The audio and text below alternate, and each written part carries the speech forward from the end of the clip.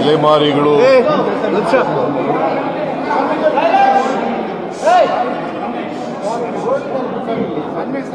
ಅಲೆಮಾರಿಗಳ ಮಹಾ ಒಕ್ಕೂಟನ ಏನದು? ಮಹಾ ಒಕ್ಕೂಟ ಅಲ್ಲ, ಅಲೆಮಾರಿ ಮಹಾಒಕ್ಕೂಟ ಸರ್. ಅಲೆಮಾರಿಗಳ ಮಹಾಒಕ್ಕೂಟ. ಅಲೆಮಾರಿಗಳ ಮಹಾ ಒಕ್ಕೂಟ ಇವತ್ತು ನನಗೆ ಮಾದೇವಪ್ಪ ಚೀಫ್ ಸೆಕ್ರೆಟರಿ ಮತ್ತು ನಮ್ಮ ಪೊಲಿಟಿಕಲ್ ಸೆಕ್ರೆಟರಿ ಅವರೆಲ್ಲ ಇದ್ದಾಗ ಒಕ್ಕೂಟದವರು ಭೇಟಿ ಮಾಡಿದರು. ಅವರು ಪ್ರಮುಖವಾಗಿ ನಾಗಮೋಹನ್ ದಾಸ್ ಅವರು ರಿಟೈರ್ಡ್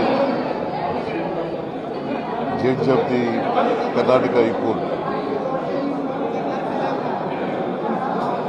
ಅವರು ನಮಗೆ 1% ಮೀಸಲಾತಿಯನ್ನು ಕೊಟ್ಟಿದ್ದರು. ಈಗ ಸಿ ಗ್ರೂಪ್ನಲ್ಲಿ ಸೇರಿಸ್ಬಿಟ್ಟಿದ್ದೀರಿ, ನಮಗೆ ಪ್ರತ್ಯೇಕವಾಗಿ 1% ಮೀಸಲಾತಿಯನ್ನು ಕೊಡಬೇಕು ಅಂತೇಳಿ ವಾದ ಮುಂದಿಟ್ಟಿದ್ದಾರೆ. ಆಮೇಲೆ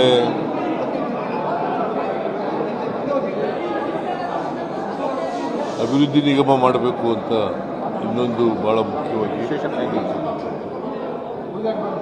ಮೂರನೇದು ಎಕನಾಮಿಕ್ ಪ್ಯಾಕೇಜಸ್ನ ಅನೌನ್ಸ್ ಮಾಡಬೇಕು ಅಂತ ಹೇಳಿದ್ದಾರೆ. ಆಮೇಲೆ ನಾನು ಅವರಿಗೆ ರಿಕ್ವೆಸ್ಟ್ ಮಾಡಿದ್ದೀನಿ, ನೋಡಪ್ಪ ನಾವು ಸಾಮಾಜಿಕ ನ್ಯಾಯದ ಪರ ಇರತಕ್ಕಂಥವ್ರು,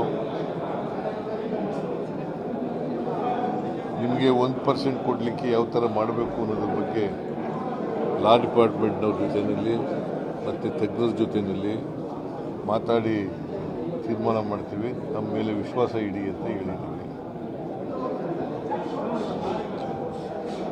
ಆಮೇಲೆ ಈ ಎಕನಾಮಿಕ್ ಇದು ಎಂಥದ್ದು ಅಭಿವೃದ್ಧಿ ನಿಗಮ ಅದು ಮಾಡಲಿಕ್ಕೆ ಏನು ತೊಂದರೆ ಇಲ್ಲ ಅಂತ ಹೇಳಿದ್ದೀವಿ. ಆಮೇಲೆ ಎಕನಾಮಿಕ್ ಪ್ಯಾಕೇಜಸ್ನ ಮಾಡಬೇಕು ಅಂತಕ್ಕಂಥದ್ದು ಹೇಳಿದ್ದಾರೆ. ಸೊ ಈ ಮೂರಕ್ಕೂ ಸ್ವಲ್ಪ ಸಮಯ ಕೊಡಿ, ನಾವು will come back to you ಅಂತ ಹೇಳಿದ್ದೀವಿ, ವಿಶ್ವಾಸ ಇಡಿ ನಮ್ಮ ಮೇಲೆ ಅಂತ ಹೇಳಿದ್ದೀವಿ. ಆಮೇಲೆ ನಮ್ಮ ಈ ಕೇಸ್ ಹಾಕಿದಾರಲ್ಲ, ಕ್ಯಾಬಿನೆಟ್ ತಗೊಂಡಿರ್ತಕ್ಕಂಥ ಡಿಸಿಷನ್ನು 665 ತಗೊಂಡಿದ್ದಾರೆ, ಅದರ ಮೇಲೆ ಕೇಸ್ ಹಾಕಿದರೆ ಆ ಕೇಸನ್ನು ವಾಪಸ್ ತಗೋಬೇಕು ಅಂತೇಳಿ ಮನವಿ ಮಾಡಿದ್ದೀವಿ.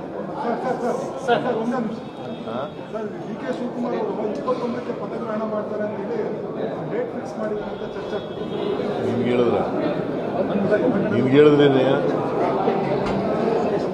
ನಿಮ್ಗೇನು ಗೊತ್ತಾಯ್ತು? ಅಲ್ಲ, ನಿಮ್ಗೆ ಹೆಂಗೆ ಗೊತ್ತಾಯ್ತು? ಪತ್ರಿಕೆಯಲ್ಲಿ ಏನು ನೋಡಿದ್ಯಾ? ಎಲ್ಲಿ, ಯಾವ ಪತ್ರಿಕೆಯಲ್ಲಿ? ಯಾವ ಪತ್ರಿಕೆಪ್ಪ?